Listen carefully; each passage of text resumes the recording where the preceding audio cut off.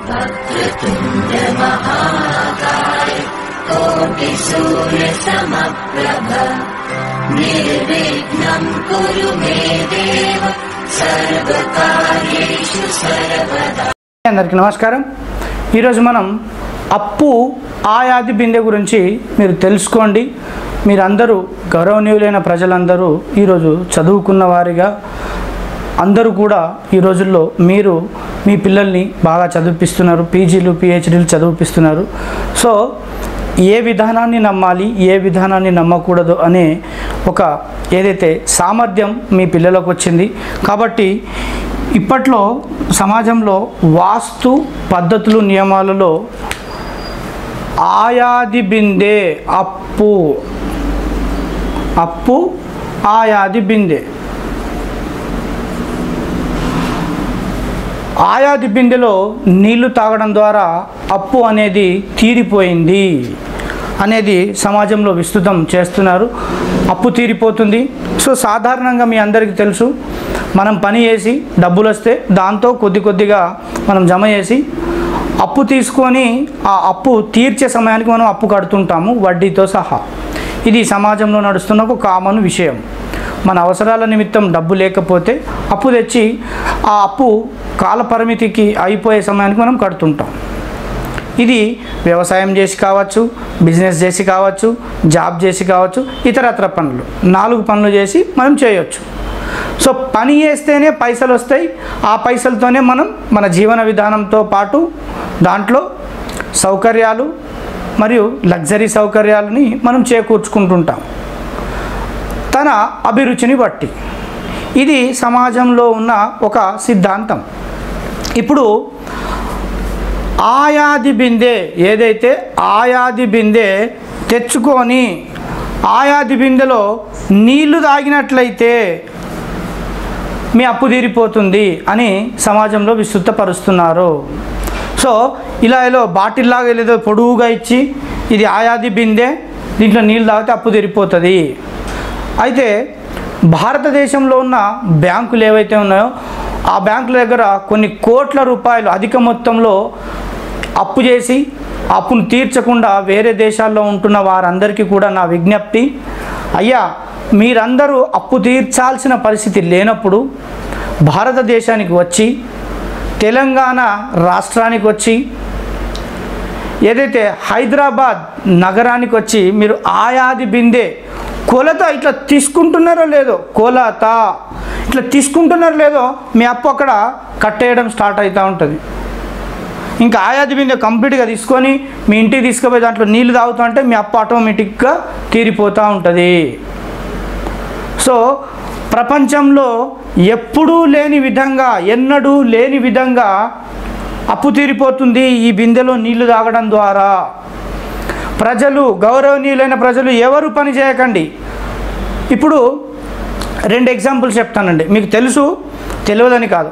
ఇప్పుడు దాదాపుగా పేద పిల్లలు కూడా ఎంబీబీఎస్ కానీ లేదా సిఏ కానీ లేదా ఇంజనీరింగ్ కానీ చేయాలని ఆశ ఉంటుంది 10th క్లాస్ కాగానే। కొందరు ఇంటర్ తర్వాత చేస్తుంటారు, వారి యొక్క సౌకర్యాలు, డబ్బు సౌకర్యాన్ని బట్టి, విషయాలను బట్టి। అయితే పేదవారు ఎవరైతే ఉన్నారో వారి యొక్క పిల్లలు ఎవరైతే ఇంజనీరింగ్ కానీ ఎంబీబీఎస్ కానీ సిఏ కానీ ఐసీడబ్ల్యూ కానీ చేయాలనుకుంటున్నప్పుడు, అయ్యా మీ తల్లిదండ్రులకు చెప్పండి, నాన్న అప్పు తెచ్చుకుందాం, ఒక ఎంబీబీఎస్ సీట్కి ఈరోజు 50 లక్షలు అవుతున్నాయి, ఒక ఇంజనీరింగ్ సీట్కి ఎంత అవుతుందో నాకు తెలియదు, నేను ఇంజనీరింగ్ చదవలే।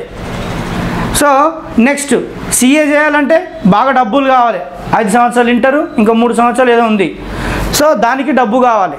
మీ తల్లిదండ్రులకు చెప్పండి, గౌరవనీయులైన మీ తల్లిదండ్రులకు చెప్పండి, నాన్న 1 కోటి రూపాయలు అప్పు తీసుకురాగానే ఆయాది బిందె చేసుకున్నా అన్న, అప్పు తీరిపోతుంది, నేను ఈ ఏదైతే ఎంబీబీఎస్ చదువుకుంటా, డాక్టర్కి సంబంధించిన చదువుకుంటా, ఇంజనీరింగ్ చేస్తా,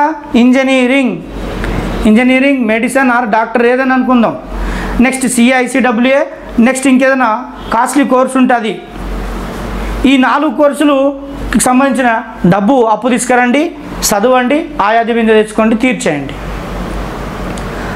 ఇదే విధంగా నేను ఇంకొక ఐడియా ఇస్తాను, గౌరవనీయులైన ప్రజలారా, మీరు మాత్రమే చెప్పాలి ఇలాంటి విషయాలకు. మీరు ఏ విధంగా అంటే రిప్లై ఇవ్వాలి వాళ్ళకి, ఏదైతే ఆయాది బిందెలు చెప్తున్నారో వాళ్ళకు మీరు సమాధానం ఇవ్వాలి. అది నమ్మకమా మూఢనమ్మకమా? నేను ఇంకొక ఐడియా చెప్తాను. ఇప్పుడు ఈ ఆయాది బిందెలు చెప్తున్నారు కదా, ఇప్పుడు ఆయాది బిందె చెప్తున్న వ్యక్తి ఉన్నాడు కదా, ఇప్పుడు ఈ వ్యక్తి యూట్యూబ్లో ఛానల్ పెట్టి వాస్తు చెప్పి ఆయాది బిందెలు చెప్తున్నారు. ప్రజలందరికీ ఇంత మంచి జరుగుతున్నాయి కదా, యూట్యూబ్లో ఛానల్ పెట్టి వాస్తు చెప్తే ఏమొస్తుంది? మొట్టమొదటిసారిగా డబ్బు వస్తుంది. ఈనాటి కాలంలో డబ్బే లక్ష్యం. అది నేనైనా మీరైనా ఎవరైనా ఏదైనా ఒక యూట్యూబ్లో ఛానల్ పెట్టినామంటే డబ్బు సంపాదించడం లక్ష్యంతో పాటు సమాజాన్ని చేరవేయడం. సమాజానికి ఏదైతే సమాచారం ఇవ్వడం అనేది మొదటి స్థానంలో ఉండాలి. కానీ డబ్బు సంపాదించడం మొదటి స్థానంలో ఉండి సమాచారాన్ని చేరవేయడం, పరిజ్ఞానాన్ని చేరవేయడం నమ్మకంగా అనేది రెండో స్థాయికి వచ్చింది. ఇప్పుడు ఈ డబ్బు సంపాదించడం అనేది యూట్యూబ్ ఛానల్ పెట్టి ఏదైతే చెప్తున్నామో, క్లయింట్స్ ఏదైతే పిలుస్తున్నారో, వాళ్ళు ఏదైతే ఇల్లులు కట్టుకుంటున్నారో మా ప్లాన్స్తోనే డబ్బులు వస్తున్నాయి, మాకు డబ్బులు వస్తున్నాయి. అయితే ఇప్పుడు ఇట్లా డబ్బులు వచ్చే బదులు ఈ ఆయాది బిందె తీసుకొచ్చిన వ్యక్తి ఏదైతే ఉన్నాడో ఆయననే ఆయాది బిందె చేసుకొని ఒక ఎన్నో కోట్ల అప్పు తెచ్చుకుంటే తీరిపోతుంది కదా. నా ఐడియా మీకు అర్థమైందా గౌరవనీయులైన ప్రజలారా? ఇప్పుడు వేరే వాళ్ళకి ఆయాది బిందె ఇవ్వడం ద్వారా అప్పు తీరిపోయిందని అన్నప్పుడు నువ్వే ఆయాది బిందె నువ్వే చేసుకొని నువ్వే అప్పు తెచ్చుకుంటే కొన్ని కోట్ల రూపాయలు కూర్చొని తింటే ఆ బిందెలో నీళ్ళు తాగితే అప్పు తరిగిపోతుంది కదా, అంటే అప్పు ఉండదు కదా, అప్పు కట్టేసేయడం అయిపోతుంది కదా. చూడండి ఎంత లాజిక్. ఇప్పుడు ఈ ఆయాది బిందె తీసుకొచ్చిన వ్యక్తికి అప్పు తీరది. ఒకవేళ అప్పు చేస్తే పని చేసి పైసలు కడితేనే అప్పు తీరుతుంది, కానీ వేరే వాళ్ళకి మాత్రం ఆయాది బిందె చేస్తే అప్పు తీరిపోయింది. ప్రజలు అందరూ కూడా చూస్తున్నారు ఇలాంటి విధానాలని. కూర్చొని తింటే అప్పు ఏదైతే కట్టేస్తామా, పని చేసి పైసలు వేస్తే అప్పు కడతామా, బిందెల నీళ్ళు తాగితే అప్పు కట్టేసినట్టు అవుతున్నదా? మరి అప్పు కట్టేసిండ్రా? అప్పు తీరిపోయిందా బిందెల నీళ్ళు తాగితే?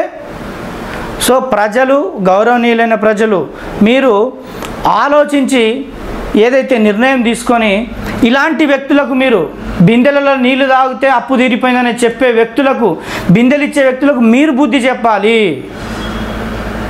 సో అది ప్రజలతోనే సాధ్యమవుతుంది. గౌరవనీయులైన ప్రజలారా, మీరు చైతన్యం అయితేనే ఇలాంటి వాళ్ళ ఆటలు కట్టగలుగుతారు. ఇలాంటి ఆట ఏదైతే వాస్తు అని అడ్డం పెట్టుకొని ఏదైతే కార్యక్రమాలు ప్రజల్లో విస్తృతం చేస్తున్నారో వాటిని ఆట కట్టించే పద్ధతి, ప్రజలు చైతన్యవంతమై నిర్ణయం తీసుకుంటే ఇలాంటి ఆటలు సాగవు. బిందెలలో నీళ్ళు తాగితే అప్పులు తీరిపోయినాయని. బిందెలలో నీళ్ళు తాగితే ఇంకొక విషయం కూడా ఉంది, దాన్ని సపరేట్ ఎపిసోడ్ చేస్తాను. ఏ బిందెలో నీళ్లు తాగినా అప్పు తీరదు. పని చేసి పైసలు సంపాదించి అప్పు కట్టాలి అంతే. అది నిజం, అబద్ధం కాదు. సో ఇలాంటి కార్యక్రమాలు చేస్తున్న వ్యక్తులకి ప్రజలారా మీరు బుద్ధి చెప్పాలి.